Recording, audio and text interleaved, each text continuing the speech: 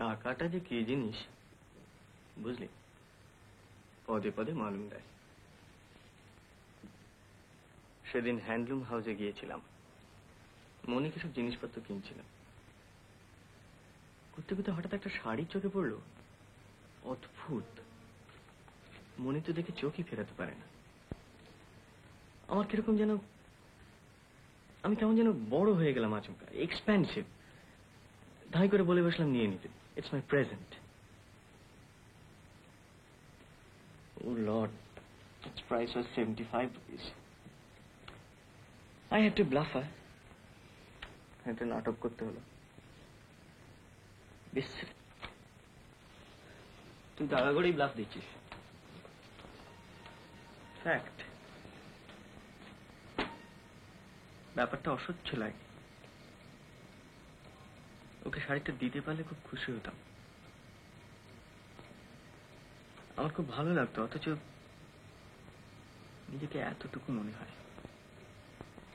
কি জানি,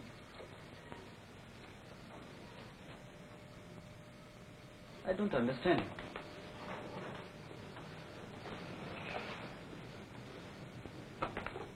নিজেকে খুব সুপিরিয়র ফিল করছিস? আমাকে আনস্ক্রুপুলাস ভাবছিস? ভাবাভাবি কি আছে, যা করছিস। I see.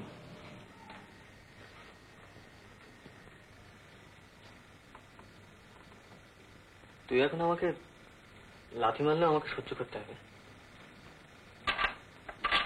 উপায় কি? সরি, আমি কিন্তু তোকে আঘাত দেওয়ার জন্য বলিনি, তোর নিজেরই ভাবা উচিত। ভাবছি তো, সবসময় ভাবছি।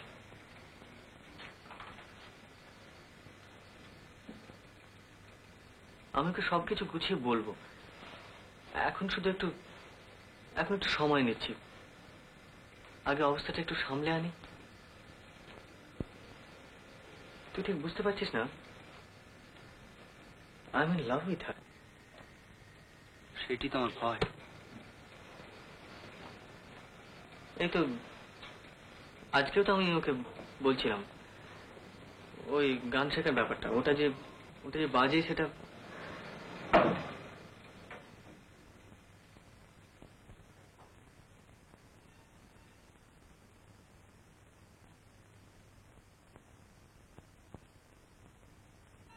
আপনি আমার কথাটা শুনছেন না মণিবাবু। হ্যাঁ শুনুন, অ্যাম্প মিটারের 3টে লটের মধ্যে 2টোই ফেরত এসেছে। হ্যাঁ এই তো আরো 2টো এসেছে। ফালতু বিদ্যানিকেতন। এই দেখুন, হালতু বিদ্যানিকেতন থেকে আরো 2টো। হ্যাঁ অচল, পার্টি অসম্ভব বিরক্ত তো হবেই। 3টের মধ্যে যদি 2টো খারাপ বেরোবে, বিরক্ত হবে না? আর আপনি বরাবর বলে এই তো না ভোল্ট মিটার ফেরত দেন না। আরে হ্যাঁ আচ্ছা শুনুন, আমি পার্টিকে অতি কষ্টে ঠেকিয়েছি। আমি বলেছি কালকের মধ্যে সমস্ত রিপ্লেস করে দেবো ইন পারফেক্ট অর্ডার। হ্যাঁ না অর্ডার ক্যান্সেল করেন। আর বলে ভোল্ট মিটার কি ফেরত দেবে? সে তো 2 লট মাত্র দিয়েছেন। হ্যাঁ আচ্ছা শুনুন, আমি রিজেক্টেড মাল পাঠিয়ে দিয়েছি আপনার কারখানায়। হ্যাঁ এবারে ডোবাবেন না। আচ্ছা রেখে দিলাম। আচ্ছা তারপর তুমি কোথেকে? কাল এসছি কলকাতায়। দিব্যি তো অফিস করেছো? না সিগারেট খাও। ওটা কি? গোল্ড ফ্লেক হলো গেস্টদের জন্য। I can't afford it. এক নতুন ফ্যাশন হয়েছে। ফ্যাশন? হ্যাঁ, মানে চারবিনার খাওয়া আর মুখে বলবে গোল্ড ফ্লেক অ্যাফোর্ড করতে পারি না। ফ্যাক্ট। আরে রাখো, সাহেব হয়েছো, অফিস করেছো, দামি স্যুট পরেছো, আর সিগারেট বেলা যত। আরে এই সমস্ত শো কলকাতার কালচার ঢাকা বোগাস। সত্যি বিশ্বাস করো, সৌতুকে চিনতে তুমি? কে? সত্যেন মিত্র, আমার বাল্যবন্ধু, সায়েন্স নিয়ে পড়তো। হ্যাঁ কলেজে দেখেছি। এই সমস্ত স্যুট ফুট সমস্ত তার কাছ থেকে ধার করা। আমি তোর বাড়ি ঘর তো টেলিফোনে ইউজ করি। ও এখন কি করছে? ও বড় চাকরি করছে। তারপর তোমার কি খবর হলো? বউ কেমন আছে? ভালোই। এবার ভাবছি ওকে নিয়ে যাবো, কোয়ার্টার পেয়েছি। আমি কিন্তু একটা অন্য কাজের জন্য এসেছিলাম। কি বলতো?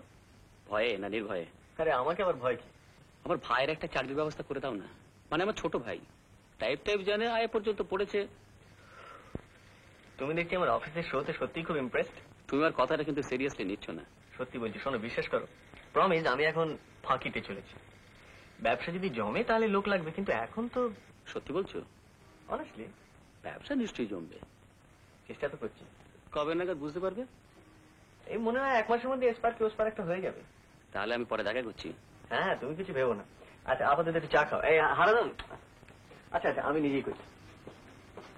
ও শ্বশুরকে বলবো, ওর অফিসেও তো লোকজন নেয় মাঝে মাঝে, তাছাড়া আমারও খোঁজে থাকলে। ও সরি, ব্যাড লাক, চিনি নেই।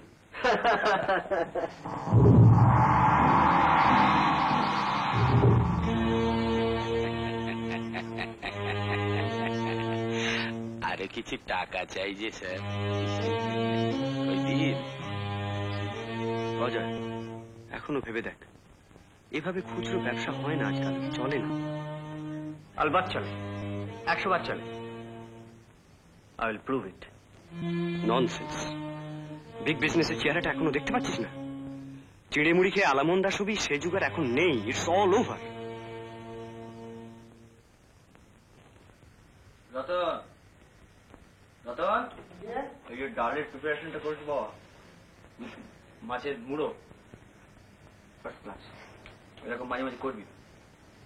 একটু দেবো আপনাকে? না আর একটু দিই, দাও। আপনাকে একটু দেবো? না, একটা প্লেটে করে দিই না? খিদে নেই। খা না, খুব ভালো হয়েছে। বলছি খিদে নেই। যা তুই যা।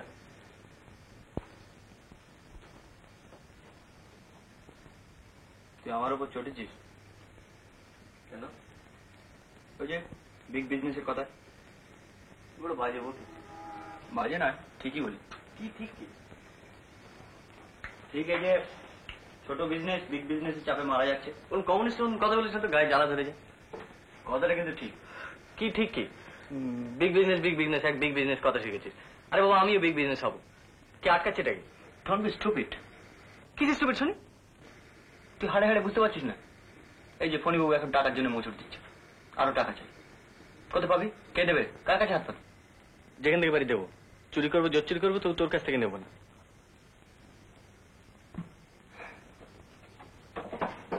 চুরি জোচ্চুরি তো সবসময় করছিস, নইলে এটা সরল মেয়েকে পর্যন্ত। সত্য, এটা আমার পার্সোনাল ব্যাপার। তুই চোখের সামনে লোক ঠকাবি আর কেউ কিছু বলবে না? তুই ছেলে মানুষ নোট হয়ে যায়।